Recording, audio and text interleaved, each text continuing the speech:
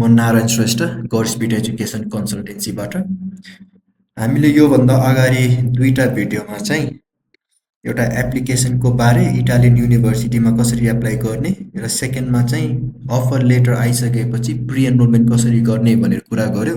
आजको पार्टमा चाहिँ हामी प्री एनरोलमेन्ट समरी आइसकेपछि अर्को स्टेप भनेको चाहिँ डिओभी हो हैन, त्यसको बारे कुरा गर्न जान्दैछु है त।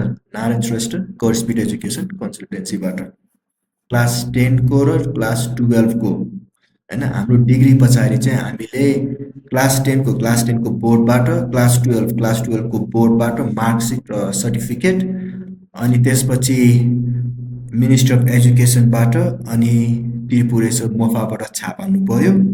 हामीलाई पासपोर्ट साइज फोटो चाहियो, हामीलाई एडमिसन लेटर चाहियो, हामीलाई प्री एनरोलमेन्ट समरी चाहियो, अनि दुईटा लेटर चाहियो। एउटा covering letter requesting for DOB, म यो युनिभर्सिटीमा पढ्न जान लागेकोले हैन, म फलानु म यो युनिभर्सिटी पढ्न जान लागेकोले चाहिँ मलाई प्लिज डिओबी दिनुहोस् भनेर हामीले एउटा चिठी लेख्ने हो।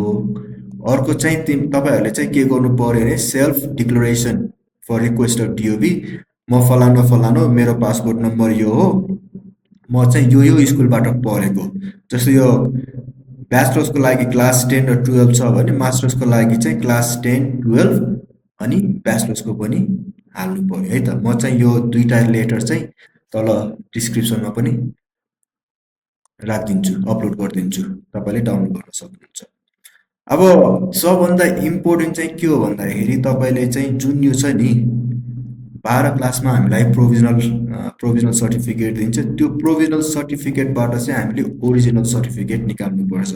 त्यो चाहिँ हामीले सानो टिभीबाट निकाल्नुपर्छ। त्यसको लागि चाहिँ हामीलाई 500 रुपैयाँ लिन्छ हैन।